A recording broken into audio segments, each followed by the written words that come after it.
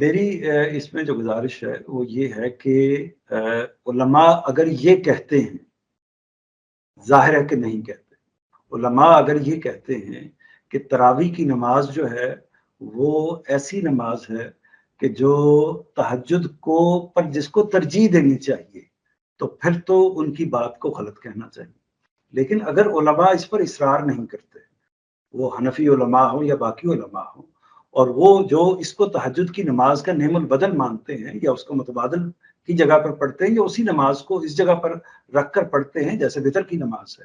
تو وتر کی نماز کے بارے میں ان کا موقف یہی ہے کہ اصل میں یہ وہی نماز ہے، بیشتر علماء کا یہ وہی نماز ہے جو تہجد کی نماز ہے، جو ہمارے جلیل القدر علماء، تو ان کا موقف یہی ہے، لیکن وہ اس نماز کو ترجیح دیتے ہیں جو تہجد کے موقع پر اٹھ کر پڑھی جائے۔ اگر وہ یہ ترجیح قائم رکھتے ہیں جو اصحاب علم، تو ان کی بات کو تسلیم کرنا چاہیے۔ جو اصحاب علم اس کو نہیں قبول کرتے، تو یہ بات ضرور ہمارے استاذ نے بھی اس بات کو لکھا ہے کہ یہ چونکہ ایک طرح سے بھولی بسری بات ہو گئی ہے، اب تراویح کو ایک الگ نماز کے طور پر تصور کیا جانے لگا ہے، حالانکہ یہ حقیقت کی بات نہیں ہے، یہ تہجد کی نماز ہے، اور تہجد کی نماز کا جو اس کا اصل روح ہے وہ بھی لوگوں کے سامنے اوجھل ہو گئی ہے۔ اس کی تلقین کرنی چاہیے، تبلیغ کرنی چاہیے، لوگوں کو بتانا چاہیے، یہ سب کچھ کرنا چاہیے، لیکن ہمارے پاس یہ گنجائش نہیں ہے۔ یعنی ہم اس بات کو تو کہہ سکتے ہیں کہ اس بات کو جو شخص اس نماز کو ایک انڈیپینڈنٹ نماز کے طور پر پیش کرتا ہے تو وہ اصل میں دین میں ایک بات کا اضافہ کرتا ہے،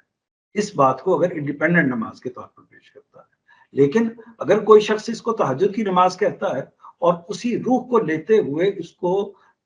مقدم کر کے، یعنی اول وقت میں پڑھنے کے لیے ایک سہولت یا صورت پیدا کر دیتا ہے اور اس کی جو پوزیشننگ ہے وہ اس کو تسلیم کرتا ہے، تو پھر اس کو غلط نہیں کہنا چاہیے۔